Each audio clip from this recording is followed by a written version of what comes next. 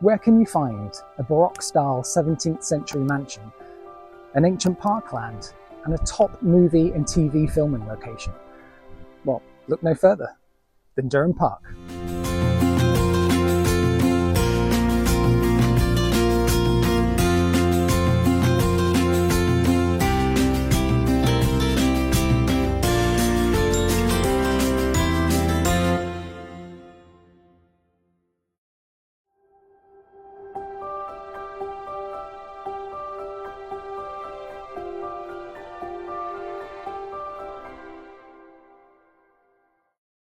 Located in the parish village of Dyrham, South Gloucestershire, just off the A46 near Bath, lies Dyrham Park.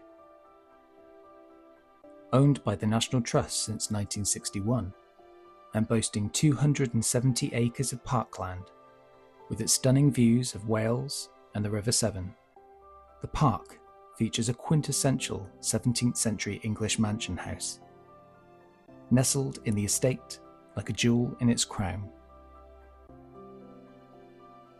A manor at Dyrham has been recorded since the Domesday Book of 1086.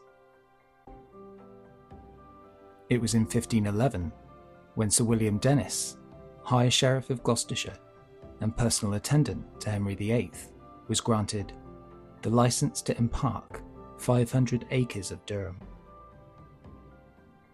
This meant the area of land could be enclosed to maintain a herd of deer for exclusive hunting on the estate. In fact, the name Dyrham is derived from the Anglo-Saxon word Dyrham, meaning an enclosure for deer. In 1571, the estate was sold to the Winter family, and later was acquired by Sir William Blathwayt through marriage to the heiress Mary Winter.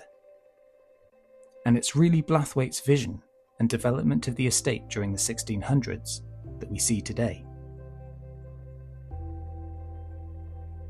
The late 17th century was a pivotal moment in our history, and a time of real change, not just in Europe, but across the rest of the world. Blathwayt's position in government and in military and colonial affairs allowed him to benefit considerably. It's through this, though, that we are able to see a wide range of artifacts he acquired during this period. As a result, the house is a real treasure trove of goods sourced from across the world.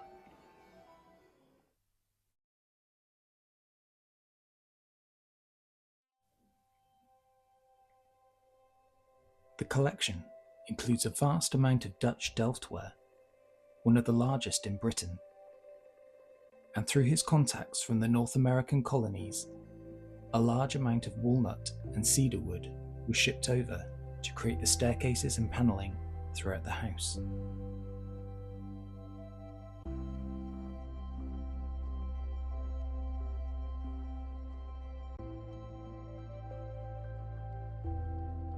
Dyrham has a large collection of oil paintings on display.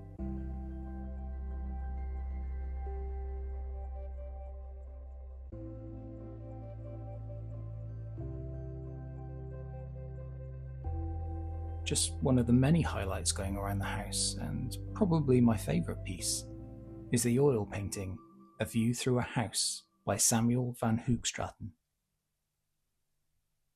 Hoogstraten was a Dutch artist that had been a top pupil of Rembrandt. Dated 1662, the painting gives such a great sense of perspective and realism. Viewing the painting from a distance, the viewer really is fooled into believing the corridor continues on for further exploration. At more than 2 meters tall, the painting is certainly not short on things for you to discover. From the inquisitive dog in the foreground, and the startled cat lurking in the doorway behind, to the open birdcage at the top of the picture, and the mysterious group of figures sat at the table. The piece is a real myriad of characters brought together. This painting really feels like a sneak peek of 17th century.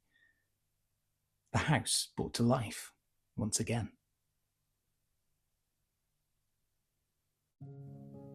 The real creative minds behind Dyrham Park's impressive gardens were the top fashionable designer George London and William Blathwaite's architects Samuel Horderoy and William Talman. Using the natural landscapes, they were able to create spectacular gravity-fed water features. Work on the gardens began in 1691 with the digging of a canal and a water cascade, which would have been an impressive sight for any visitor, with water falling down its 250 steps. Sitting at the top was a sculpture of the sea god Neptune, which can still be seen today.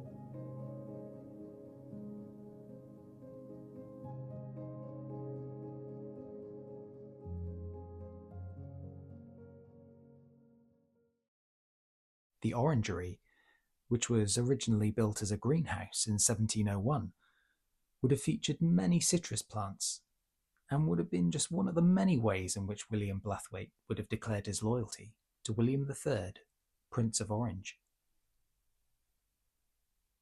This loyalty was also visible in the many statues which featured prominently throughout the gardens and on the roof of the house.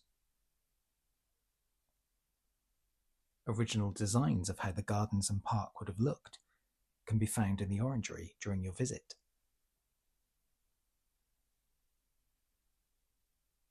As well as his designs for the house, William Talman created the large 15-bay stable block. Parts are now used as the tea room for visitors. Within the grounds of the estate sits the Grade 1 listed Church of St. Peter. Originally built in the 13th century, the church has undergone many changes over the years. And although not owned by the National Trust, the church is very much part of the estate, containing memorials and tombs of many previous owners of the house. Whether you enjoy open parklands and stunning vistas, or the historic house, it's so easy to see why this location has been used for so many film and television productions over the years, certainly becoming the real star of the show. The 1993 film The Remains of the Day, starring Anthony Hopkins and Emma Thompson, was used as a prominent filming location. Other appearances in TV include Poldark, Sanditon, and for any Doctor Who fans, the episode Night Terrors used Durham House for scenes during 2011's 6th season. One thing I have certainly noticed over the past couple of years is a keen drive to make National Trust properties accessible for everyone who wants to visit them. Whether that's better access around gardens or improved routes around the houses. Everything helps and is really commendable.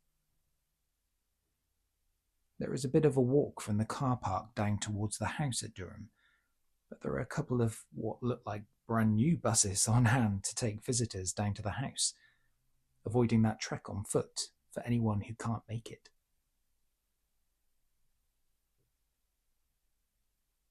With a good-sized cafe on site and good amount of car parking too, Dyrham Park is definitely a place you can spend the entire day.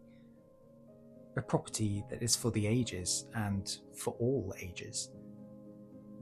Old or young, there's always something to discover, be it concerts or plays held in the grounds, or activities for the children during the summer. Keep your eyes peeled, because although sadly in 2021 a deer herd in the park had to be culled due to an outbreak of bovine tuberculosis, visitors will be pleased to know in April 2024 a new herd of 26 fallow deer was introduced to the park, allowing deer to roam once again in the historic grounds. As a member of the National Trust, and having a keen love of history, it's always a pleasure discovering new places to visit, learning about the inhabitants of the houses I look around and the stories they have to tell. With new discoveries to unearth and ongoing conservation to the site, Dyrham's story is, I'm glad to say, one that is far from finished.